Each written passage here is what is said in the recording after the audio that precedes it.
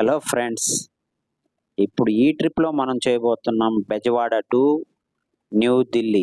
అంటే ఢిల్లీలోనే నిజాముద్దీన్ స్టేషన్ ఉంటుందండి, దానికన్నమాట ట్రైన్ అవైలబుల్ ఉంది. సో అది బుక్ చేసుకున్నాం. అది వచ్చేటప్పటికి రూట్ మొత్తం మీకు ఈ మ్యాప్లో కనిపిస్తుంది చూడండి. ఈ విధంగా రూట్ మొత్తం ఉంటుంది. ఇది మన ట్రైన్ వచ్చేటప్పుడు కేవలం 8 స్టాప్స్ మాత్రమే, 8 చోట్ల మాత్రమే ఆగుతుందండి. దాదాపుగా 1800 కిలోమీటర్లు ఒక రోజు మొత్తం పడుతుంది జర్నీకి. టోటల్గా ఈ మన జర్నీ మొత్తం సూపర్గా అంటే సూపర్గా జర్నీ జరిగిందండి.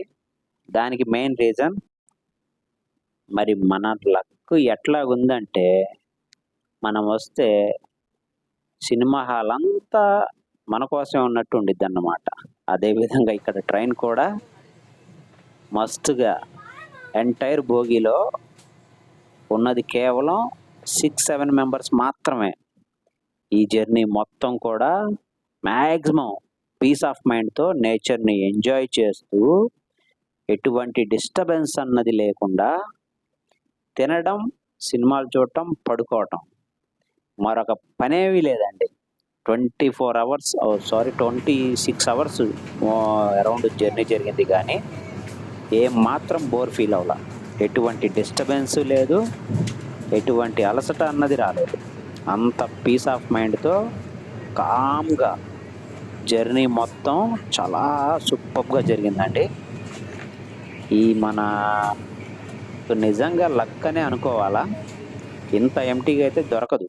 ఇంత ఎంటీ ట్రైన్లో ఇంత పీస్ ఆఫ్ మైండ్తో ఫుడ్ తింటూ నేచర్ని ఎంజాయ్ చేసుకుంటూ చాలా లగ్జరీగా పోయామండి. ట్రైన్ మొత్తం జర్నీ సూపర్ అంటే సూపర్ ఉంది. జర్నీ అసలు ఎక్స్ట్రీమ్లీ సూపర్ అండి. ఇంత ప్లెజెంట్గా కామ్గా ఉన్నటువంటి జర్నీ ఇప్పుడు దాకా నేను 5-6 టైమ్స్ జర్నీ చేశాను, కానీ ఢిల్లీకి ఇంత కామ్గా ఇప్పుడు దాకా నాకు ఫేస్ చేయలేదు. ఇంత సూపర్గా ఉంది ఇటువంటి ఎక్స్పీరియన్స్ అన్నది. చూడండి, భోగి మొత్తం ఎంటీయే. ఎటు చూసినా ఒక్కళ్ళంటే ఒక్కళ్ళు లేరు.